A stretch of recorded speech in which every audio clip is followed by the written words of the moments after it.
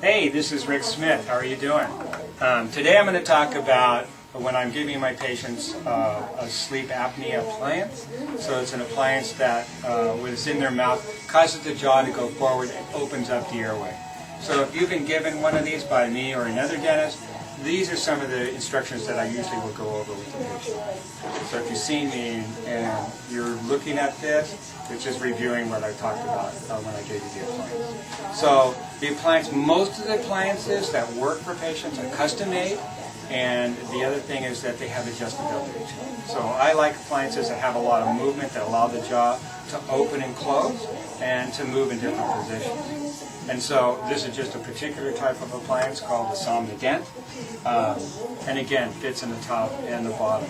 When they are fitted top and the bottom, I always like the top one to be placed on first in the mouth.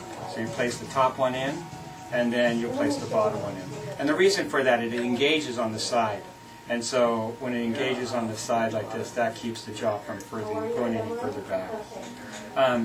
The other thing I talk about is when I first put it in somebody's mouth, this is two things that I think that happen when it's in the mouth for the very first time. And one, it should feel big like a truck. And so it takes a couple of days to get used to that. So I ask people to wear that while they're awake, maybe after dinner for a half an hour or so, just to kind of get used to it, to make friends with that. Because if they put it in their mouth, and they got this big thing in their mouth, their mind is going to go, what is that big thing? And then they haven't gotten used to it. So to put that in and get used to it first before you start sleeping with it, that works really good. The other thing is the other drawback that I see with patients right away is they tend to salivate. So when you get this thing and you put it in your mouth, there's usually a little more saliva. And so what's happening, again, you got this big thing in your mouth and your body's trying to figure out what that is, and it's trying to eat it. So it's making all the saliva and that digestive process that started. It takes a little while for the brain to figure out it's not getting any calories from that, so quit trying to digest it. Then what happens is then you don't produce enough saliva and you get all this air going through and your mouth dries out. So there's a little getting used to it period of how it goes for wearing these appliances to figure out how much moisture your throat is actually going to need. So again, top one in first, then the bottom one engages on the side. To clean it, what I tell people is to brush it with a toothbrush that doesn't go in your mouth. Usually I give the person a neon yellow or something, children's toothbrush, and they clean it with just soap and water. Any kind of soap. Most soaps are antibacterial, antimicrobial type soaps these days, but a liquid soap, take it off in the morning, brush it with soap and water, rinse it off, and when you're not wearing it, this is important, keep it in water. Always have it in water. Some appliances have different types of materials. They can be all acrylic, they can have soft on the inside, hard on the outside. That's a dual laminate material, so those materials can separate it. Don't soak it in any kind of mouthwash or what have you. Okay, so I covered how to clean it, how to put it on, how to get used to it. The other thing I like to talk about is exercises. So these exercises are called resistance exercises. So as you push against your jaw from one side, your jaw is pushing the other. So I'm putting your hand on one side of your jaw, and you're pushing your jaw towards the hand, and you're just giving it a little bit of pressure there. The other side, and then forward and back.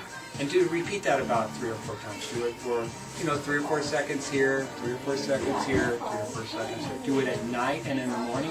That has shown up to be a very significant thing for people to get used to having appliances to have their jaws clean. If for any reason your appliance is causing pain whatsoever to your teeth or to your jaws, discontinue use right away, and it has to be adjusted so it's comfortable. It needs to be comfortable so that you'll wear it. If you're not wearing it, it won't work. So that's really critical. I want it to be snug on all the teeth. I just don't want it to be tight on any one tooth. These things can move teeth, so important that it's not tight on any one tooth to fit them. That the forces are shared around all of the teeth. So if you're having any problems, I usually see people on a weekly basis until they get used to it, and then after that a monthly basis to a finally, quarterly basis to an annual basis. So until I think that's working, the doctors will ask me when another sleep study should be done, and another sleep study should be done after the appliance has been gotten used to, that the patient is wearing it, it's working for them, adjustments have been made so that the jaw can move further and further forward.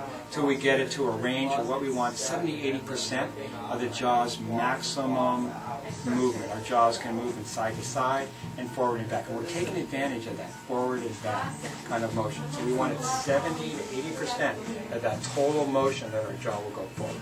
All right. So if you have any questions at all, please give our office a call at 462-5600. Again, this is Rick Smith. Thank you so much.